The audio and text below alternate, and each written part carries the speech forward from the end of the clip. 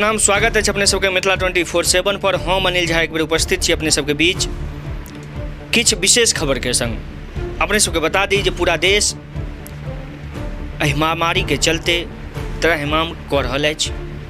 दिन पर दिन एहि महामारी के प्रकोप बढ़ल जा रहल अछि और संगे जे समस्त देश के डॉक्टर लोकनि छथि अपन काज में अपन मेहनत में जुटल छथि, संगे प्रशासन जे छै सेहो अपन मेहनत में जुटल छथि। तनही एकटा खबर भेटल हँ जे भारतीय जनता पार्टी मधेपुर मंडल के जे अध्यक्ष छथि दीपक कुमार झा जी और हुनकर समस्त कार्यकर्तागण मिल के मधेपुर अस्पताल के डॉक्टर लोकनि के, कर्मचारी लोकनि के धन्यवाद पत्र देलखिन हँ।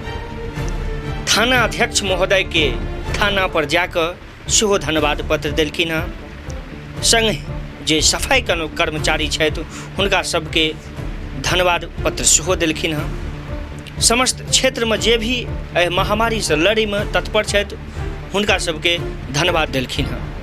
जतऽ एक तरफ अपने सबके बता दीजिए महामारी अपन पैर पसारि रहल अछि, ओतहिए किसान लोकनि के हालत जर्जर भऽ रहल अछि।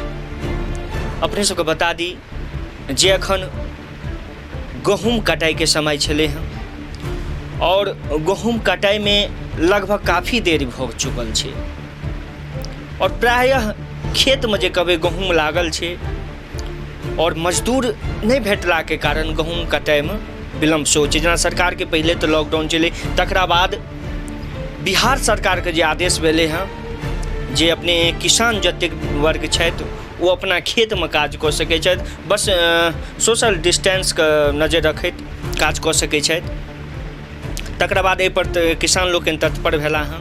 गहूम कटाई चालू भेलै, कतौ कतौ मशीन द्वारा सेहो कटाई चालू छै जतऽ मशीन अवेलेबल छै, लेकिन अखनो काफ़ी क्षेत्र एहन छै जतऽ मशीन अवेलेबल नहीं छै और मजदूर जे कहबै मजदूर बिल्कुल नहीं के बराबर भेट रहल छै। और कियाक तऽ खेत बेसी छै, किसान बेसी छै, ततऽ मजदूर के संख्या बहुत कम छै। किया तऽ काफ़ी मजदूर एहन छलै जे बाहर पलायन भेल छलै लेकिन वो आबि नहीं सकला है लॉकडाउन के माहौल में, तो मजदूर के संख्या काफ़ी कम छै। अपने सभी देखियो जे कतेक तबाही कतेक परेशान छथि किसान। जेना कि अपने सब देख रहल छी लहलहाइत खेत दिस हमरा सब छी, जे मिथिलांचल के जतेक भी किसान वर्ग के लोग छथि हुनका सबके बीच छी और अपने सब समस्त देख रहल छी जे खेत खलिहान जतऽ ई लॉकडाउन के माहौल छै ततहिए गहूम कटाई के समय भऽ गेल छै। गहूम कटाई में कनि विलम्ब भेलै लेकिन तकर पश्चात जे छै से कटाई चालू छै और एहि लॉकडाउन के माहौल में जे किसान वर्ग छथि हुनका बहुत कठिनाई के सामना करऽ पड़ि रहल छै। जे जोन हरवाह सब छलै हँ वो कतौ न कतौ बाहर फंसल छै, जे जोन सबके कमी जे कहबै से एतऽ महसूस भऽ रहल छै। आ हमरा सबके संगे एगो किसान छथि, हम सब हुनका सबसँ गपशप करब आ अपने सबके समक्ष हुनका से की हुनकर कठिनाई छनि, की परेशानी के सामना करऽ पड़ै छनि से अपने सबके। हमरा सबके सामने किसान छथि, हुनका की नाम भेलै अपने के? रामदेव झा हमर नाम भेलै। रामदेव जी, कते कठिनाई के सामना करऽ पड़ि रहल अछि लॉकडाउन के माहौल में? लॉकडाउन के माहौल में बहुत परेशानी भऽ रहल अछि, सबटा फसल सब बर्बाद भऽ रहल छै। असगरे हुए देखै छियै 5-7 दिन से काटि रहल छी, असगरे लागल रहै छी, मजदूर भेटै नहि छै। मजदूर भेटबो करै छै तऽ उपाय दिहाड़ी ज्यादा के होइ छै। इएह सब कठिन, बेसी पैसा अगर भेटबो करै छै तऽ बेसी पैसा के परेशानी कऽ रहल छै। मजदूरी बेसी मांगै छै। हाँ, मजदूरी बेसी मांगै छै, फिलहाल भेटबो नहीं करै छै। एक तो भेटिए नहीं रहल छै, कियाक तऽ एकाएकी सब कटाई सरकार के आदेश एलै कि किसान अपन काज कऽ सकै छै, तऽ एकाएकी सरकार के आदेश भेटलै ततऽ सब किसान जे छै से तत्पर छै। ततऽ मजदूर के जे कहबै से अभाव छै, बिल्कुले अभाव छै।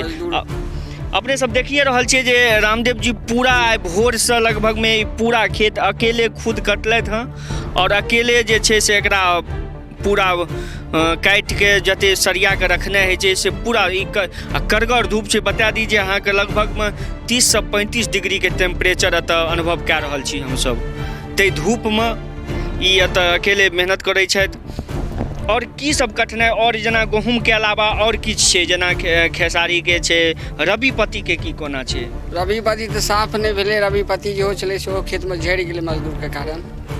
आ एक तऽ भेबे नहि केलै, खेसारी सब तऽ एहि बेर मार खा गेल छै। आ जेनाकि आइ काल्हि तऽ आधुनिक मशीन सब एलै हँ जे कटाइ मने जे छै से मशीन द्वारा होइ छै, कि एम्हर उपलब्ध छै ओ मशीन सब? मशीन एलै हँ, एकटा मशीन भरि गाँवमे की करतै, मने पूरा प्रखंड में अपने सबके बता दी हम सब मधेपुर प्रखंड के अंतर्गत ठार छी, और पूरा मधेपुर प्रखंड में कहै छै जे एगो मशीन एलै हँ, लेकिन वो मशीन कते कटतै। बस आइ के लेल एतबी, आज्ञा दिअ। हम अनिल झा विदा लऽ रहल छी, फेर भेट हेतै एकटा नव खबर के संग। ताबत तक के लेल धन्यवाद।